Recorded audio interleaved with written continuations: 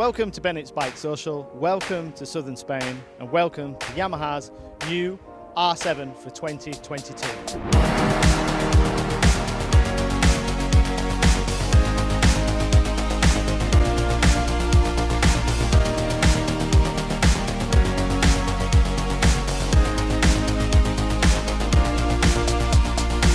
This is a bike that I've been dying to ride. This is a bike I couldn't wait for Yamaha to build. It made so much obvious sense to build this bike.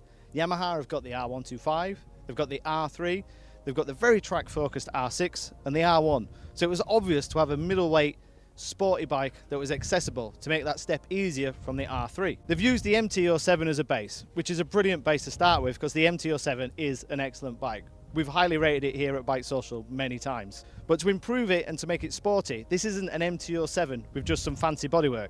The chassis is completely new. So we've got a different wheelbase, which is shorter. We've got a steeper steering head angle, which makes it turn quicker.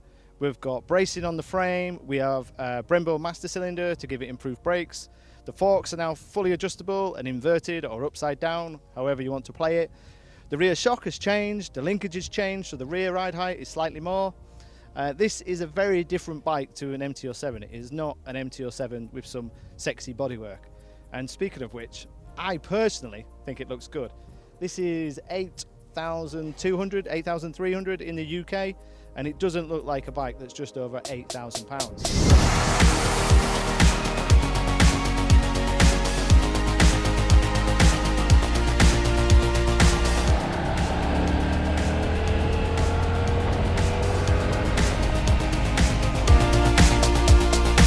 I'm just going to give you a little look over the GYTR race bike. So this is being developed by Yamaha. All these parts are going to be available from Yamaha. So race bodywork, obviously. So you've got no lights, no mirrors, etc. Full race exhaust from Akrapovic, crash protection, the brake lever guard, ABS has been removed. We've got a Öhlins rear shock, fully adjustable Öhlins front. We've got a quick shifter. And this is just a flavour of what to expect. Unfortunately, we don't get to ride this bike today, but I'm hoping to ride this bike very, very shortly. And then I'll just spin round for the anniversary model, which will be available for an extra around 300 UK pounds. This dates, well, the paintwork is reminiscent of the 500 that Kenny Roberts rode. I think that was 1980. Or 81. Forgive my knowledge off the top of my head. Okay, let's go ride.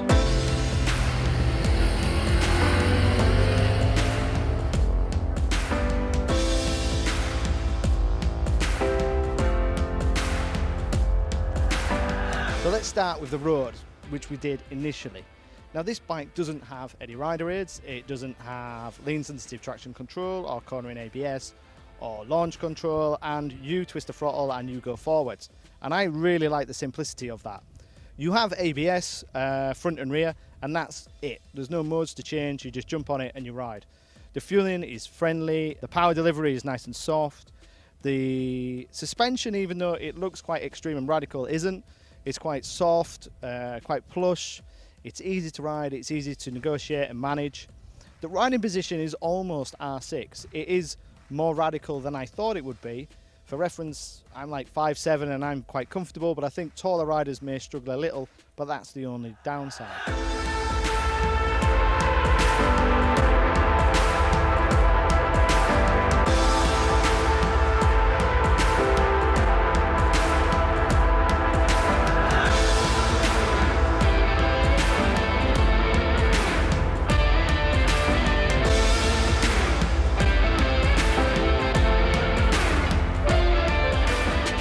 Then from the road, we had great fun, easy to ride, comfortable and enjoyable, and we come to the track.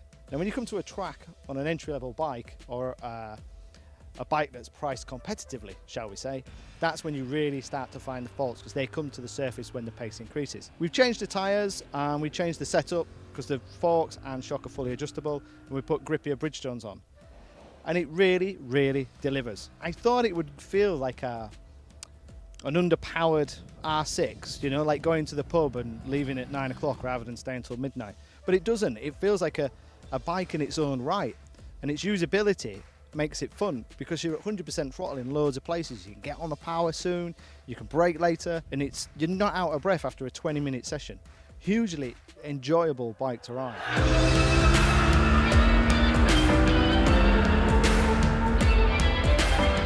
The bike is going to be available shortly in the UK. I think that's going to be November. I think this is going to be one of Yamaha's best-selling bikes.